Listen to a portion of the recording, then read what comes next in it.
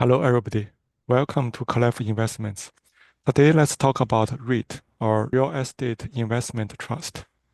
So this is a special type of a company which manage different types of real estate for you. The difference of REIT from a regular company is that for its earnings, it's required to distribute at least 90% to the shareholders. If you buy REIT, you can get this distribution as dividend, which is good or bad depend on your situation. Good is you have cash flow. Bad is you need to pay tax. So REITs invest in real estates, and you can already buy rental house. Why do you need to invest in REIT? What's the pros or cons? So with REIT, you can buy and forget. So it can save you lots of time. You don't need to actually manage the real estate. And also, REIT has a much better liquidity. If you buy rental house, you need to put in a lot of money, and when you need to sell, it takes a long time to sell. So the liquidity of REIT is definitely better than rental houses. And another benefit of REIT is diversification. So with REIT, you can invest in all kinds of real estates. With rental house, very often you can only invest in single family condo houses or other simple residential property, which is small.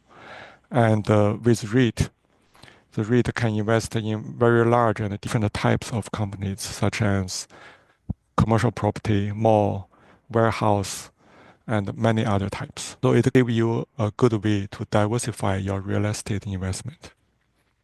But compared to rental house, it also has some problems. The key benefit of investing in real estate is that you can use leverage.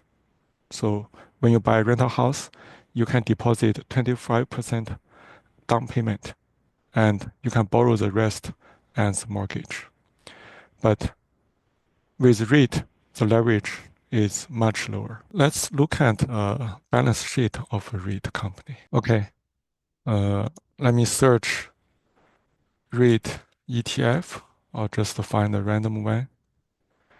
And from there, I go to holdings. And those are some REIT companies the ETF is investing. So I'll just click two of them. Let's go to the first one. And you go to the financials. And then go to balance sheet. So from the balance sheet, you can find out the total assets, total non-current assets. This is roughly all the properties the REIT company has bought. And then you go to total debt. This is amount of debt. So now you can calculate the equity, which is 7849 minus the debt. So the total non-current assets minus debt. So this is the equity paid by the REIT company. And you divide the debt by the total equity. So you get a leverage of roughly 2. Let's go to the next company. And let's go to financials again. Go to balance sheet. Okay. So total assets, total non-current assets, which is 3394,136 minus the total debt. Okay. So now you have the total debt divided by the asset minus the debt, which is equity inside the house. The leverage is only 0.9. And when you buy your own rental house, you can easily get a leverage of 3 or even 4. So with a very low leverage, the appreciation and the return of real estate becomes much lower compared to you own rental house yourself.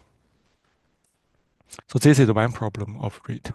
And another problem is high tax. You get high dividend, but if your regular income is already high, the dividend tax is very high. So you have to pay lots of tax on those dividends, which affect the long-term appreciation. And sometimes you can find out the return of capital in your 1099 dividend. It's in the box 3. So it said, I return your capital. You don't need to pay tax on it. So this is tax deferred, which is good. But eventually, after you return all the capital, if you hold the REIT for a long time, then you have to pay tax on all the dividend. So this doesn't solve the problem. It only defers the problem. And another problem of REIT is there are so many of them. I don't know how to pick a good REIT. Maybe you need similar skills as picking stocks. And as I recommended in earlier videos, picking stock is very hard. I would rather pick a stock index.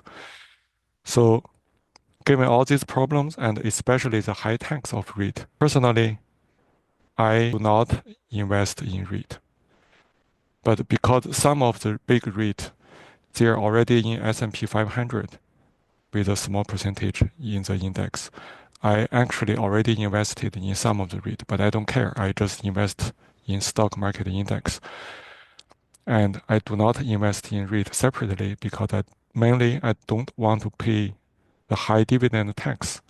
And the long-term appreciation of REIT is not as good as stock because it distributes most of its earnings as dividend, so it doesn't have enough money to reinvest. It has to issue new shares to get new money to buy new properties.